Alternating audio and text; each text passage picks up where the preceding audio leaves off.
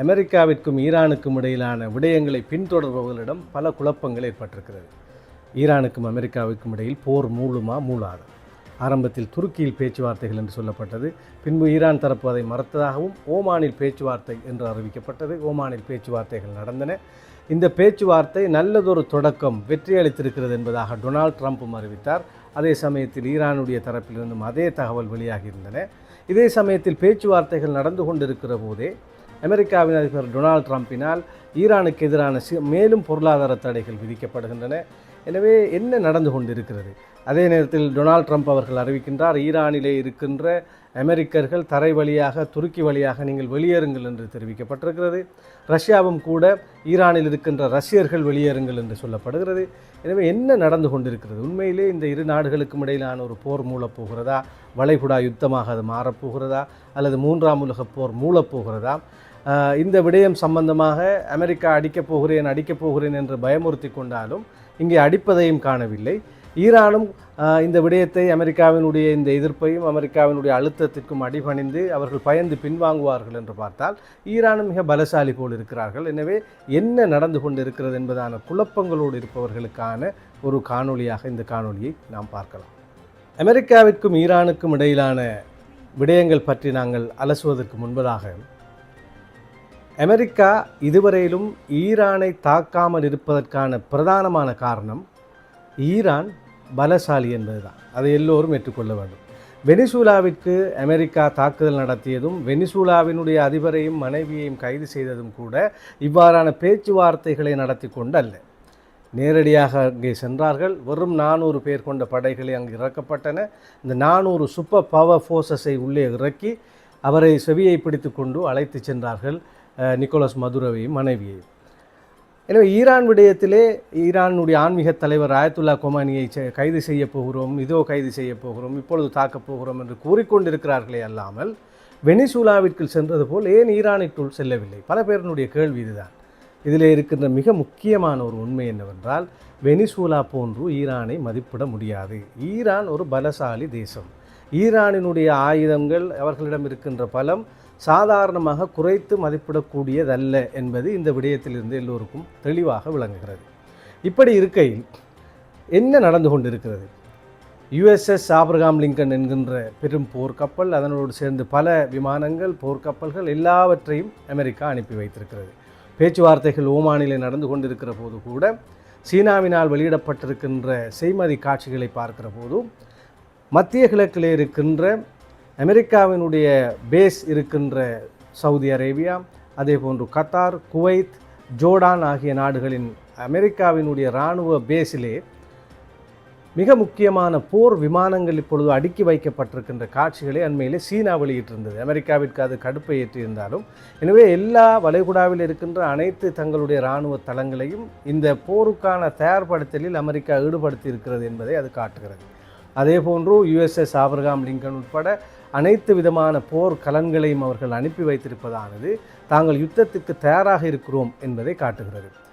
இவ்வாறு இங்கே எல்லா வகையிலும் யுத்தத்திற்கு தயாராக அமெரிக்கா இருந்தபோதும் கூட இதோ அடிக்கப் போகிறோம், நாளை அடிக்கப் போகிறோம் என்கிற தகவல் வருகிறது அல்லாமல் ஈரானை அவர்கள் தாக்குவதற்கு பயப்படுவது ஏன் என்கிற கேள்விதான் இப்பொழுது பல பேருக்கும் ஏற்பட்டிருக்கிறது. குறிப்பாக பெஞ்சமின் நெத்தன்யாகுவிற்கும் டொனால்ட் ட்ரம்புக்கும் இடையிலே ஒரு முரண்பாடு தோன்றுகிற அளவிற்கு இது மாறி இருக்கிறது.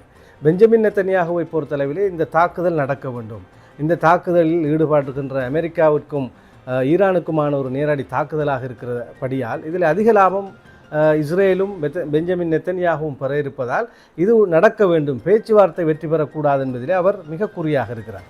இவ்வளவு ஆயுதங்கள், இவ்வளவு படைக்கப்பல்கள் வந்த போதும் கூட ஏன் இந்த தாக்குதலை அமெரிக்கா நடத்தவில்லை என்கிற அதிருப்தி இப்பொழுது பெஞ்சமின் நெத்தன்யாகுவிற்கு உருவாகி இருப்பதாக சொல்லப்படுகிறது. அதேபோன்று இந்த காசாவினுடைய விவகாரத்திலும் கூட காசா அமைதி காக்கும் ஒரு பிரிவை உருவாக்கியிருந்தார் டொனால்ட் ட்ரம்ப் அவர்கள். இந்த காசா அமைதி காக்கும் பிரிவிலே 15 பாலஸ்தீனர்கள் இடம்பெற்றிருந்தார்கள். பெஞ்சமின் நெத்தன்யாகு இடம்பெறவில்லை. அதிலே தான் இடம்பெற வேண்டும் என்ற ஒரு பெரும் எதிர்பார்ப்போடு பெஞ்சமின் நெத்தன்யாகு இருந்தார். ஆனால் டொனால்ட் ட்ரம்பினால் அவருடைய பெயர் சேர்த்து கொள்ளப்படவில்லை. எனவே இத்தகைய ஒரு சிறிய கோபங்கள் டொனால்ட் ட்ரம்ப் மீது பெஞ்சமின் நெத்தன்யாகுவுக்கு ஏற்பட்டிருக்கிற சூழலில் இந்த ஈரான் அமெரிக்கா போர் என்பது அவர் பெரிதும் எதிர்பார்த்து கொண்டிருக்கிற ஒரு போர். இன்று வரையிலும் இந்த நிமிடம் வரையிலும் நடக்காமல் இருப்பது தொடர்பாக டொனால்ட் ட்ரம்போடு இப்பொழுது பெஞ்சமின் நெத்தன்யாகு முரண்படுகிற நிலைமைகள் ஏற்பட்டிருப்பதான தகவல்கள் வெளியாகின்றனவே அல்லாமல் இன்றோ நாளையோ தாக்குதல் நடக்கலாம் என்கிற கருத்தை காண முடியாதுள்ளது. ஆனால் ஒரு தாக்குதலை நடத்துவதற்கான அத்தனை ஏற்பாடுகளையும் அமெரிக்கா செய்து கொண்டிருக்கிறது. சரி, ஓமான் பேச்சுவார்த்தையில் என்ன நடந்தது? அமெரிக்கா 3 முக்கியமான விடயங்களை இந்த பேச்சுவார்த்தையில் எதிர்பார்த்தார்கள். ஒன்று, இந்த அணுகுண்டு தாக்குதல், அணுகுண்டு தயாரிப்பை ஈடுபடக்கூடாது என்கிற முதலாவது நிபந்தனை. அதே போன்று இந்த ஈரானினுடைய பலமாக இருக்கின்ற இந்த ஏவுகணை தாக்குதலை அவர்கள் ஏவுகணை தயாரிக்கின்ற விடயங்களை குறைத்து கொள்ள வேண்டும் என்கின்ற 2வது விடயம். 3வது, இந்த உள்ளூர் அமைப்புகள் அவர்களுடைய பார்வையில், அமெரிக்காவினுடைய பார்வையில் தீவிரவாத அமைப்பு என்று சொல்லப்படுகிற ஹிஸ்புல்லாவாக இருக்கலாம் அல்லது ஏனைய சிறு குழுக்களாக இருக்கலாம். இந்த குழுக்களுக்கு ஒருபோதும் இவர்கள் ஆதரவு அளிக்கக்கூடாது. இந்த 3 விடயங்களை முன்னிறுத்தி இந்த பேச்சுவார்த்தை இடம்பெற வேண்டும் என்பதாக அமெரிக்கா தரப்பு சொன்னது. ஆனால் ஈரான் மிக தெளிவாகவும் தெனாவட்டாகவும் இந்த பேச்சுவார்த்தைகளில் கலந்து கொண்டார்கள். இந்த பேச்சுவார்த்தை என்பது சரிக்கு சமமானதாக இருக்க வேண்டும். ஒரு வகையில் சகல பகுதிகளிலும் இந்த வளைகுடாவினுடைய கடற்பரப்பு முழுவதுமே அவர்கள் இராணுவத்தை குவித்து, அவர்களுடைய போர்க்கப்பலை குவித்து, விமானங்களை குவித்து, எங்களை அடிக்கப் போகிறோம் என்பதாக பயமுறுத்தி கொண்டு எங்களை பேச்சுவார்த்தைக்கு அழைக்கின்ற இந்த விடயத்திலிருந்து அவர்கள் முதலில் விடுபட வேண்டும். இது சரிக்கு சமமாக நடக்கின்ற ஒரு பேச்சுவார்த்தை. எங்களுக்கும் அமெரிக்காவுக்கும் இடையிலே இந்த அணு ஆயுத விடயம் சம்பந்தமான பேச்சுவார்த்தை மட்டும்தான் இருக்கிறது. எங்களுடைய பாதுகாப்புக்காக நாங்கள் தயாரிக்கிற ஏவுகணைகள் தொடர்பாக இவர்கள் எந்த ஒரு கருத்தையும் தெரிவிக்க முடியாது. அதே போன்று இந்த உள்ளூர் படைகள் என்கின்ற ஹிஸ்புல்லா, ஹமாஸ் போன்ற இயக்கங்களுக்கு உதவுவதான விடயம், அதனை நீங்கள் உதவக்கூடாது என்கிற விவகாரங்களில் எல்லாம் இவர்கள் தலையிட முடியாது. ஒன்றும் நாங்கள் யுரேனியத்தை 60% வரையிலும் சரிவாக்குகிறோம், அதனை 20% நாங்கள் குறைக்க வேண்டுமா, அதனை குறைத்துக் கொள்கிறோம். இதை தாண்டி பேசுவதற்கு ஒன்றுமில்லை. இன்னும் ஒரு புறமாக பார்க்கிற போது எல்லா வகையிலும் அமெரிக்காவினால், ஐக்கிய நாடுகள் சபையினால், ஏனைய ஐரோப்பிய நாடுகளினால் எல்லா வகையான பொருளாதார தடையையும் விதித்து எங்களுடைய தேசத்தை முன்னே நகர்ந்து செல்ல முடியாத அளவிற்கான அழுத்தங்களையும் பிரயோகித்து கொண்டு பேச்சுவார்த்தைக்கு வருவது நியாயமல்ல. உண்மையில் நீதியான நேர்மையான பேச்சுவார்த்தை என்றால் முதலில் இந்த பொருளாதார தடைகளை அவர்கள் எடுக்க வேண்டும். அணுவாயுதம் தான் உங்களுக்கு பிரச்சனை என்றால் நாங்கள் அணுவாயுதத்தை செறிவூட்டுகின்ற, யுரேனியத்தை செறிவூட்டுகின்ற விடயத்தை 20% குறைக்கிறோம், உங்களுக்கு என்ன பிரச்சனை என்று ஈரான் மிக தைரியமாக அவர்களுடைய இந்த ஒரே ஒரு பாயிண்டில் மிக உறுதியாக இருந்தார்கள். அமெரிக்கா எதிர்பார்த்தது, நீங்கள் ஏவுகணைகளை நீங்கள் தயாரிக்கக்கூடாது, இந்த குழுக்களுக்கு நீங்கள் உதவக்கூடாது, இவைகள் எல்லாவற்றிற்கும் ஈரான் சம்மதிக்கும் என்று பார்த்தால் ஈரான் மிக தெளிவாக இருந்தது. நாங்கள் ஒரு யுத்தத்தை தொடங்க விரும்பவில்லை, ஒரு போர் நிகழ்ந்து இந்த வளைகுடாவெங்கும் அல்லது உலகமெங்கும் மிக ஒரு பதட்டமான ஒரு சூழ்நிலை உருவாகுவதை நாங்கள் ஒருபோதும் விரும்பவில்லை. அதே நேரத்தில் எங்களை தற்காத்து கொள்வதில் நாங்கள் தயாராக இருக்கிறோம். எங்கள் மீது ஒரு சிறிய கீறல் விழுந்தாலும் நாங்கள் கொடுக்கிற பதிலடி மிக கனதியானதாக இருக்கும். அந்த விடயத்தை அவர்கள் புரிந்திருப்பார்கள். குறிப்பாக இந்த கடந்த வருடம் நடைபெற்ற 12 நாள் போரிலே அவர்கள் புரிந்திருப்பார்கள் என்ற கருத்தை மீண்டும் மீண்டும் ஈரான் வலியுறுத்துகிறது. சரி, இந்த 2025 ஜூலையிலே 12 நாள் நடைபெற்ற இந்த போரிலே என்ன நடந்தது என்று பார்த்தால், அதில் யார் தோல்வி அடைந்தார்கள் என்று பார்த்தால் இஸ்ரேல் தோல்வி அடைந்தது என்பதைத்தான் சொல்ல வேண்டும். ஏனென்றால் இஸ்ரேலினுடைய தாக்குதலால் பெரிதான சேதங்கள் ஈரானிற்கு ஏற்படவில்லை. அதே சமயத்தில் ஈரானினுடைய தாக்குதலால் இஸ்ரேலுக்கு ஏற்பட்ட சேதம் என்பது அளவிட முடியாத ஒரு சேதம். அதில் மிக முக்கியமான ஒரு விடயம் என்னவென்றால், இஸ்ரேலினுடைய பலம் என்ன என்று பார்த்தால் அவர்களிடம் இருக்கின்ற இந்த தடுப்பு சுவர், அயன் டோம் என்று சொல்வார்கள், அதே போன்று டேவிட் சிங் என்று சொல்வார்கள். அதாவது எந்த வகையான ஏவுகணைகளை இஸ்ரேல் மீது தாக்கினாலும், எத்தனை அடுக்குகளாக இருந்தாலும் அந்த அடுக்குகளை தாண்டி ஒரு ஏவுகணை வர முடியாத அளவிலே அவர்களுடைய அயன் டோம், டேவிட் சிங் என்பவை இதை ஏவுகணைகளை அழித்து விடும் என்று சொன்னார்கள். ஆனால் அவர்கள் சொன்ன அத்தனையையும் தாண்டி ஈரானினுடைய ஏவுகணைகள் இந்த இஸ்ரேல் பகுதியெங்கும் சென்று பொதுமக்கள் வாழ்கிற இடம், அரச கட்டிடங்கள், இராணுவ தளங்கள், இப்படி பல இடங்களையும் அழித்து நொறுக்கியிருந்தார்கள். எனவே இஸ்ரேல் இந்த தாக்குதலை ஈரானிடமிருந்து எதிர்பார்க்கவில்லை. எனவே கடைசியாக 2025 ஜூலையில் நடைபெற்ற இந்த போரிலே உண்மையில் தோற்றுப்போனவர்கள் என்றால் இஸ்ரேலியர்கள் தான். பிறகு இந்த போர் எவ்வாறு நின்றது என்று பார்க்கிற போது அங்கேதான் அமெரிக்காவினுடைய தலையீடு வந்தது. அமெரிக்காவினுடைய தலையீடு வருகின்ற போது அமெரிக்கா அவர்களுடைய விமானங்கள் ஊடாக ஈரானுக்குள் ஏற்படுத்தி இருக்கின்ற தாக்கம், ஈரானுடைய அணு ஆயுதங்களை களஞ்சியப்படுத்துகின்ற அதனுடைய சோதனைகள் நடத்துகின்ற சாவடிகள் மீது நாங்கள் தாக்குதல் நடத்துகிறோம் என்று அவர்களுடைய F-2 விமானங்கள் மூலமாக ஏற்படுத்திய தாக்கத்தினால் அமெரிக்காவிலே ஏற்படுத்தப்பட்ட தாக்கம், அமெரிக்காவினால் ஏற்படுத்தப்பட்ட தாக்கம், ஈரானுடைய ஆயுதங்கள் அனைத்தும் அணு ஆயுத தளங்கள் எல்லாம் சீர்கட்டு போன ஒரு விடயம் ஈரானுக்கு ஏற்பட்ட ஒரு தோல்வியாக பார்க்கப்பட்டது. அந்த தாக்குதலோடு தான் இந்த கடந்த வருடத்து போர் முடிவுக்கு வந்திருந்தது. எனவே இந்த கடந்த வருடத்து போரை நாங்கள் சமரியாக பார்ப்பதாக இருந்தால் அதில் இஸ்ரேல் தோல்வி அடைந்தது.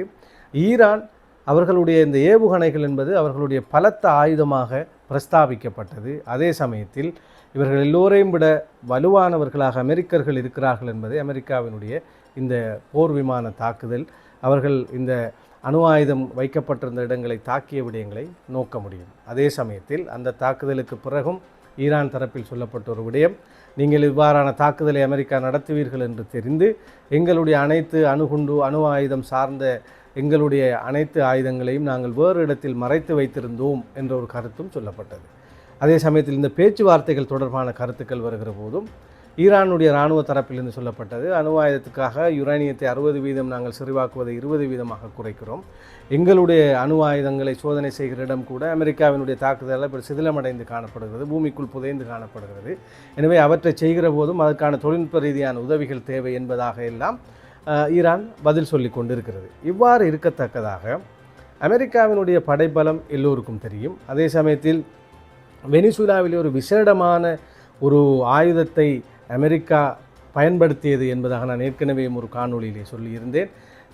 வெனிசுலாவில் இருந்த இராணுவத்திற்கு என்ன நடக்கிறது என்று தெரியாது, மின்சாரம் தடைப்பட்டது. அதே போன்று இராணுவ வீரர்களுடைய மூக்கிலிருந்தும் வாயிலிருந்தும் காதிலிருந்தும் இரத்தம் வந்தது, மயக்கத்திற்கு ஆளானார்கள். அங்கே இருந்த எந்த ஒரு ஏவுகணைகளையும் இயக்க முடியாமல் இருந்தது. இவ்வாறான ஒரு அசாதாரண சூழ்நிலை அங்கே ஏற்பட்டு தான் அந்த நாட்டினுடைய ஜனாதிபதியை கூட அவர்கள் கைது செய்து வந்தார்கள். எனவே மிக பயங்கரமான ஆயுதம் அமெரிக்காவிடம் இருக்கிறது, யாருக்கும் தெரியாத பேர் கூட தெரியாத ஆயுதம் இருக்கிறது என்ற பார்வை எல்லோரிடம் இருக்கிறது. இன்னும் இவ்வாறான அனைத்து ஆயுதங்கள் இருந்த போதும் கூட ஏன் உடனடியாக ஈரானை தாக்குவதற்கு அவர்கள் அக்கறை காண்பிக்காமல் இருக்கிறார்கள் என்றால், ஈரான் கடந்த வருடம் பயன்படுத்தாத சில ஆயுதங்களையும் தன்னகத்தே கொண்டிருக்கிறது.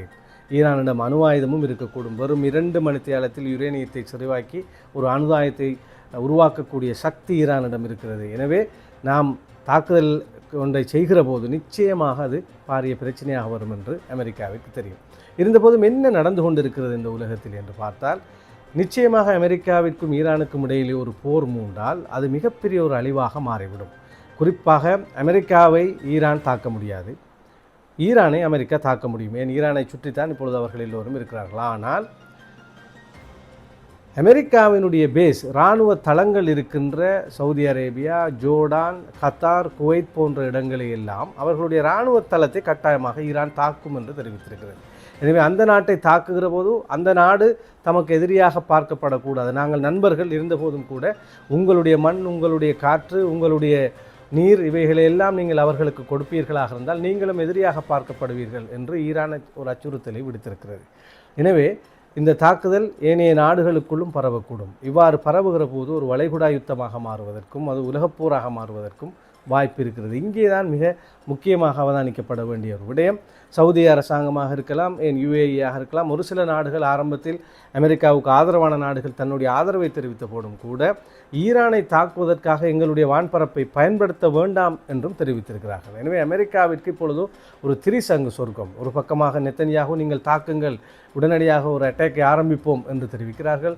இன்னொரு புறமாக ஈரான் நீங்கள் அடித்தா பதிலடி பயங்கரமாக இருக்கும் என்று அச்சுறுத்தி கொண்டே இருக்கிறார்கள். வளைகுடாவில் இருக்கின்ற தாம் சார்ந்த நாடுகளும் கூட இந்த ஒரு போர் வேண்டாம் என்பதாக வலியுறுத்துகிறார்கள். எனவே மிகப்பெரிய ஒரு குழப்பம் இப்பொழுது டொனால்ட் ட்ரம்ப்புக்கு ஏற்பட்டிருக்கிறது. அடிக்காமல் வெளியே திரும்பினாலும் கூட இதிலே அவர் தோல்வி அடைந்ததாக பார்க்கப்படுகிறது. இப்போதும் கூட ட்ரம்ப் இதிலே தோல்வி அடைந்திருக்கிறார். வெனிசுலாவில் நிகழ்த்தியது போல அவருக்கு ஈரானில் நிகழ்த்த முடியாது என்கின்ற ஒரு தோல்வி முகத்தை அவர் மீது காண்பிக்கப்படுகிறது. ஆயத்துல்லா கொமைனியை பிடிப்போம் என்று சொன்னார். அதன் பிறகு பல பொது இடங்களிலே ஆயத்துல்லா கொமைனி அவர்கள் வெளியே வந்தார். மக்களிடம் மிக தெளிவாக பல விடயங்களை பேசினார். இந்த இடத்திலே நாங்கள் ஏன் 40 வருடமாக அமெரிக்காவோடு பகையாக இருக்கிறோம், நாங்கள் சேர்ந்து போகலாம் தானே, என்ன பிரச்சனை எங்களுக்கும் அவர்களுக்கும் என்றால் இந்த அணு ஆயுதத்தை அவர்கள் வெளிப்படையாக சொல்லிக்கொண்டாலும் இந்த ஈரான் என்கிற தேசம் இருக்கக்கூடாது. அது ஒரு சுயத்தோடும் தைரியத்தோடும் வீரத்தோடும் இந்த உலகத்தில் தலை நிமிர்ந்து நிற்கக்கூடாது என்று அவர்கள் விரும்புகிறார்கள். வளைகுடாவில் இருக்கின்ற அத்தனை நண்பர்களையும் அத்தனை அரபிய தேசத்தையும் அவர்கள் தங்களுடைய கைபொம்மைகளாக மாற்றிவிட்டார்கள். ஈரான் மட்டும் ஒரு மார்க்கத்திற்காகவும் சமூகத்திற்காகவும் அந்த இறைவனை பயந்தும் துணிச்சலோடு இருப்பது அவர்களுக்கு பிடிக்கவில்லை. எங்களுடைய இந்த துணிச்சலையும் வீரத்தையும் விட்டுக் கொடுக்க மக்கள் நீங்கள் விரும்புகிறீர்களா என்று அவர் பேசிய போது அனைத்து மக்களும் இல்லை, நாங்கள் என்ன நடந்தாலும் இதற்கு ஒரு முடிவு காண வேண்டும் என்று ஈரான் ஆன்மீக தலைவருக்கும் வீரர்களுக்கும் ஒரு பெரிய உற்சாகத்தை அந்த மக்கள் கொடுத்தார்கள். அமெரிக்கா பல பிரச்சனைகளை உண்டு பண்ண பார்த்தார்கள். கிளர்ச்சியாளர்களை உருவாக்கினார்கள். கிளர்ச்சியாளர்களுக்கு ஆயுதம் கொடுக்கிற வேலைகள் எல்லாவற்றையும் அமெரிக்கா செய்து கொண்டிருக்கிறது. ஆனால் இந்த கிளர்ச்சியோடு ஈரானினுடைய யுகம், ஆயத்துல்லா குமைனியினுடைய யுகம், ஆட்சி மாற்றம் ஏற்பட்டு விடும் என்றெல்லாம் எதிர்பார்த்தார்கள். ஈரானுடைய 1979க்கு பிறகு வந்த புரட்சி கொடியை அங்கே ஒரு கோட்டையிலிருந்து கலட்டி எறிந்துவிட்டு பழைய கொடியை ஏற்றுகின்ற அடிப்படையிலும் இந்த போராட்ட கழகக்காரர்கள் நடந்து கொண்டார்கள். இருந்தபோதும் கூட இந்த ஆயத்துல்லா கமைனுடைய வழிகாட்டலும் பேச்சும் பல்லாயிரக்கணக்கான லட்சக்கணக்கான மக்கள் வீதியிலே திரண்டு எமது தேசத்தினுடைய சுயத்தையும் கௌரவத்தையும் காப்பாற்றுவதற்காக நாங்கள் எல்லோரும் துணிந்து நின்று உங்களுக்கு உயிரோடு உயிராக நின்று போராடுவோம் என்று தெரிவித்ததன் பிற்பாடு அமெரிக்காவினுடைய அதிபரினுடைய அந்த திட்டம் பலிக்கவில்லை. கிட்டத்தட்ட கலகக்காரர்கள் புரட்சிக்காரர்களை கொல்லுகிறார்கள் என்ற குற்றச்சாட்டை இப்பொழுது ஈரானுடைய நாட்டின் மீதும் இராணுவ தலைவர் மீதும் தெரிவித்துக் கொண்டிருக்கிறார்கள்.